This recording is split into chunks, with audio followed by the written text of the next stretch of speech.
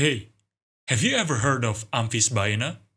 It's a mythical creature, serpent-like or sometimes dragon-like. Its name means to go both ways, because, if you haven't noticed, it has a head both at the front and back of its body. Oh, and it eats ants for some reason, hence, it's called the mother of ants. And by the way, would you believe me if I told you there is a real-world version of this creature? Well, while not really a one-to-one comparison, there really is Amphisbaena in real world. So, let me bring up the question. What exactly is Amphisbaenia? This is Amphisbaenia, also known as worm lizard. Amphisbaenia kind of fits the description of the mythological creature. It's a serpent-like creature. Its tail tip kinda looks like its head. Also, it eats ants.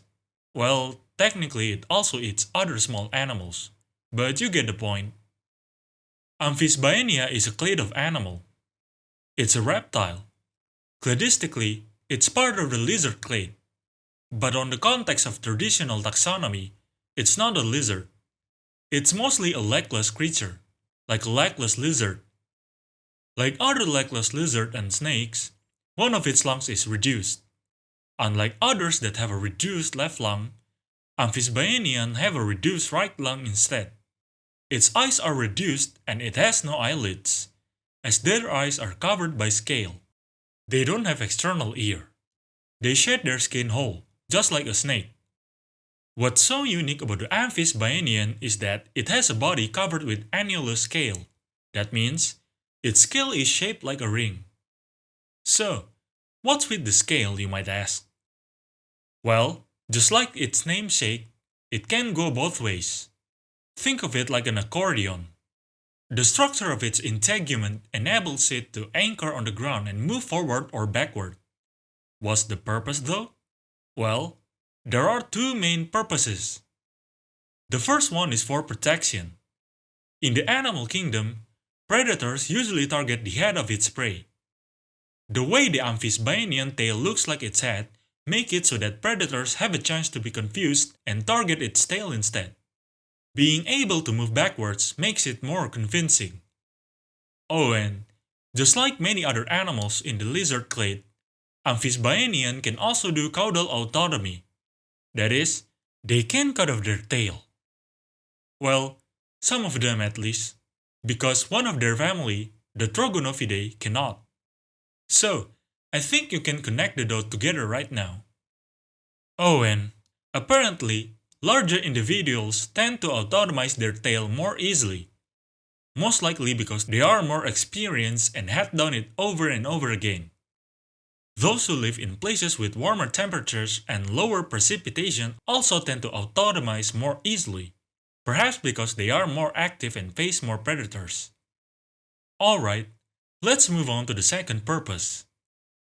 The second one is related to how they live. Amphisbaenian is a fossorial animal. That means it burrows a lot. Imagine you have to go inside a tunnel. Being able to move backward makes it easier to move around in a tunnel. It's also more convenient when you are somehow stuck. Oh, and while we are talking about burrowing, it might be a good time to say that their head is more compact than other members of the lizard clades. They actually have 4 different ways of digging the dirt based on its shape. The shovel-headed one, such as Rhineura and Leposternon, digs like a shovel. That is, by stabbing their head downward and then lifting it and pushing the dirt upward and backward. The spade-headed one, which is the Trogonophids, digs the ground by moving in an oscillatory motion. The keel-headed one that have a laterally compressed head, such as Anops and Mesobaenia, digs by stabbing the head forward and shoving the dirt sideways. Lastly, the round-headed one, which is the most common one, digs the dirt by simply ramming it like a battering ram and then pushing it to different directions. There are 6 recognized Amphisbaenian family, which are Rhineuridae, Bipedidae, Blonidae, Cadeidae, Trogonophidae, and the most common, Amphisbaenidae. While most of them have the same general body shape, some are quite distinct from the other. For this video, I'm just gonna talk about the most distinct ones. You could check out the source listed in the video description if you want to see each of the families in apomorphy. Alright, moving on. The Rhineuridae is considered to be the most basal out of the extant Amphisbaenian. They have a shovel-like head and a downward-facing nostrils. There is only one extant species in this family, that is, the Rhineura floridana, and you might already guess from its name.